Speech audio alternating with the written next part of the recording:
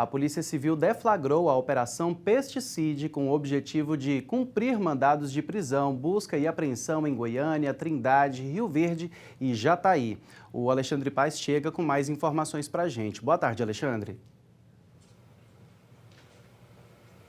Boa tarde, Renato. É para você e todos que nos assistem pelo TJ Goiás. Pois é, essa operação chegou na segunda fase, a Operação Pesticide, que está combatendo aí os crimes contra os defensivos agrícolas. O que seria isso? Os agrotóxicos, né? Tão importantes aí para o controle de pragas, fungos que aparecem nas lavouras. E o que seria isso que a polícia identificou? Mandados de busca e apreensão foram cumpridos, por isso a gente vai conversar aqui com o delegado responsável que fez tudo isso e que está acompanhando todo o desdobramento.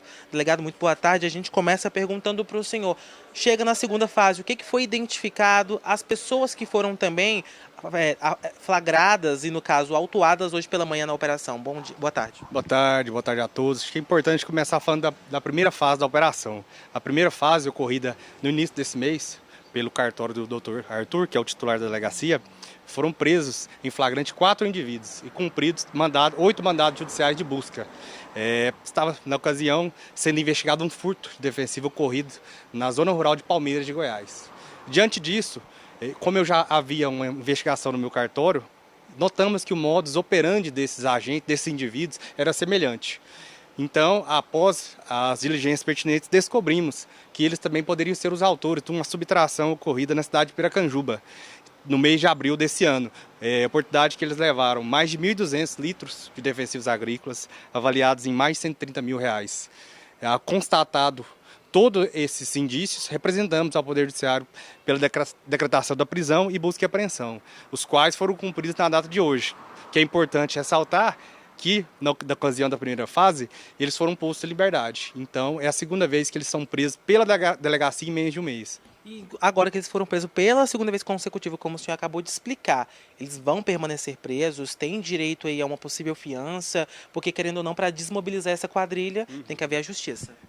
A nossa análise, né, a análise da Polícia Judiciária, tem todos os elementos para que eles fiquem presos. Mas, todavia, essa análise não cabe exclusivamente a nós, cabe ao Poder Judiciário. Mas a gente espera que sim, em virtude da reiteração deletiva de outros crimes que estão sendo investigados também, que eles são suspeitos de terem cometido. Então, assim, a gente quer entregar um trabalho bom, um ótimo trabalho para que o Poder Judiciário, de fato, possa mantê-los presos. E o que eles estavam fazendo com esses defensivos agrícolas? Era uma falsificação? Eles estavam roubando para depois vender aí no mercado negro, digamos assim? Isso, as investigações até o momento mostram que haviam vários receptadores, os quais, nesse momento, estão sendo identificados para que possam ser responsabilizados aí futuramente. Delegado, é importante ressaltar que os defensivos agrícolas, como eu comecei falando, são de suma importância justamente para o controle de pragas nas lavouras. Quando acontece essa subtração, né, esse roubo nas fazendas, os proprietários rurais acabam sendo lesados, tendo um grande prejuízo, e esses criminosos, a gente sabe que existe uma quadrilha gigantesca aqui no estado, onde a polícia tem tentado aí desmobilizar todas essas pessoas, esses criminosos. Como que vocês estão atuando no sentido de tentar reprimir que novos furtos aconteçam, assim como casos que a gente já relatou também aqui no TJ Goiás, daquela falsificação de fertilizantes e defensivos agrícolas? Acho que é importante diferenciar primeiro os furtadores que vão e furtam e dos adulteradores. Exemplo de hoje, a gente cumpriu ordens judiciais em desfavor de investigados de terem furtado.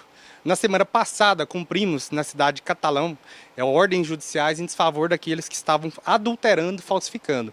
Então, acho que o início é importante diferenciar as duas. Os dois são nocivos, porque a gente não sabe a procedência desse produto de quem está comprando. Por exemplo, na data de ontem, a delegacia apreendeu na cidade de Anápolis quase 2,5 toneladas de defensivos falsificados.